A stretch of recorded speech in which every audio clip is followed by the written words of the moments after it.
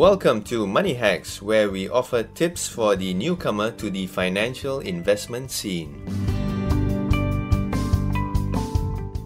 It's no secret that property is a key preoccupation in Singapore. Now, a big reason for that is that for many of us, property is our biggest asset in terms of value. Now, just because we're obsessed with buying or selling property doesn't mean everyone understands all the issues involved, though. Welcome to Money Hacks. I'm Chris Lim, digital editor of the Business Times, and my co-host is SPH Head of Podcasting, Ernest Lewis.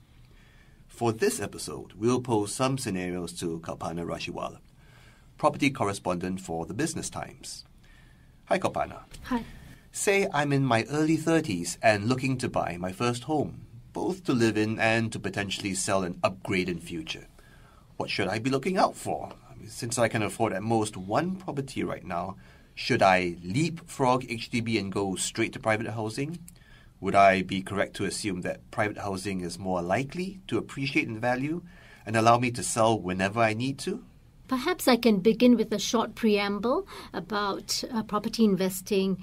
Actually, some people think that property investing is a very good way to force yourself to save money, because each month you would have to make a monthly mortgage payment to the bank. So you know you have to set aside this money. Then later on, if you want to sell that home, you could use it to help you upgrade to a bigger house or a more valuable house, or even to downgrade in your later years. So property investing is actually a very good habit. With that in mind, whether you want to start off with HDB or private depends on your lifestyle and your budget. What is foremost, I think, is that you should always do something that you're comfortable with. Look for a property in a location that you like. Perhaps it's near your family, your in-laws, your children's future schools, perhaps, your place of work, and the surrounding kind of facilities like neighborhood markets, etc. And then zoom in on whether you want to do HDB or go into private straight. The good thing about HDB, assuming you're a Singaporean, is if this is your first property, you can buy a flat directly from the HDB. And that means you would be paying a much lower price than buying a HDB flat in the resale market. So I think as a Singaporean, it's your right as a citizen to enjoy this form of subsidized housing.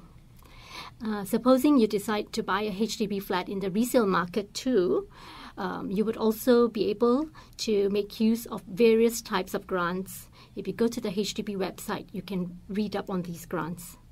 And if you want to go to private, that's also a good idea. Because for private, if it's a condominium, you would have a lot of facilities, like a swimming pool, a barbecue, gym, a clubhouse. So especially if you have children, I think they would enjoy the swimming pool. Aren't there monthly maintenance fees to worry about, though?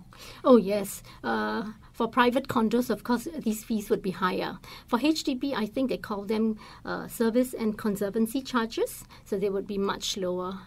And I think if people fall on difficult times and they need to readjust their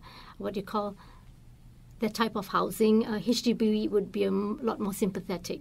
What about the appreciation in value that Chris was referring to with private housing? It's more likely to appreciate in value and allow him to sell whenever he needs to. Would he be correct to assume that? Or okay, it's. I think to some extent it's true, because for HDB there are lots of rules, so you can't just sell it to anyone.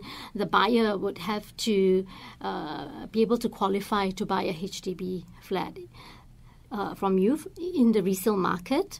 But on the other hand, the pool of buyers for HDB is a lot bigger than private. So yes and no. Well, Kalpana, what if I have enough disposable income to consider buying a second property purely, for investment?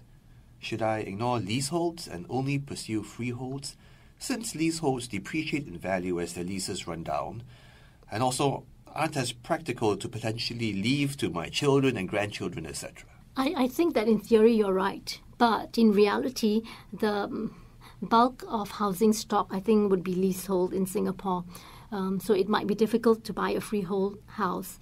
what you should bear in mind is that if you're going to buy a private home that is sitting on tenure with 99-year leasehold tenure, you should try and look out for property that has at least a minimum of 80 years remaining lease. The reason I say this is that in time to come, you're right, as the lease depreciates, or rather it falls for the land tenure, the value of the home will drop very rapidly. And the other thing to bear in mind is that when you want to sell that home and the balance tenure of the site lease is very low, your potential buyer may have a hard time finding a loan from a bank.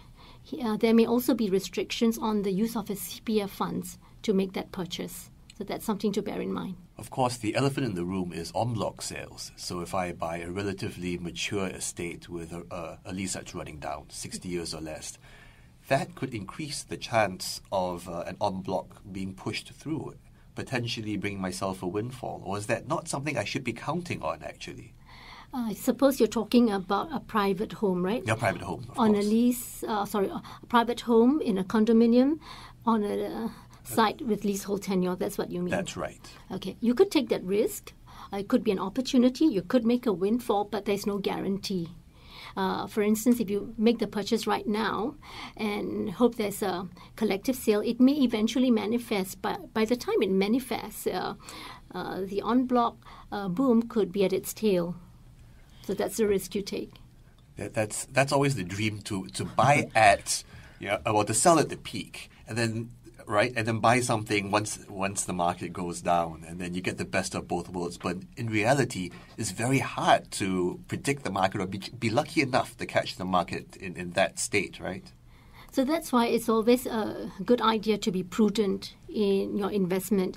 So in case the investment does not pan out the way that you hope it will, can you hold on to that property for a reasonable length of time? So usually some property consultants give the advice that if you're buying an investment property or even a property for your own occupation, you should make sure you have sufficient financial resources to tide you through 3 years, that's 36 months of your mortgage payments. So that in case something happens, unfortunately, and you need to dispose of your property or move to a smaller property or whatever, you have some time to play with. So you have to be very prudent. In other words, you can't really live on the edge and take it as something speculative that you can flip any moment. You have to be able to ride it out in case some life happens to you. Yes, that's why I think even the most seasoned developers would normally tell potential home buyers that property is a long-term investment. It's not a question of buying now, flipping it in 3 months, making a profit. In any way, there are lots of cooling measures that are still in place to ensure that you can't really do that. Well, lots of food for thought there. Thanks for your tips and insights, Kalpana. And do check out episodes on other investment topics from this podcast series, Money Hacks, on the Straits Times and the Business Times. Now, to you, our listener, we'd like to invite you to pose your own questions or scenarios to Money Hacks at podcast@sph.com.sg. That brings us to the end of this episode of Money Hacks, where we help you make sense of trends and your finances.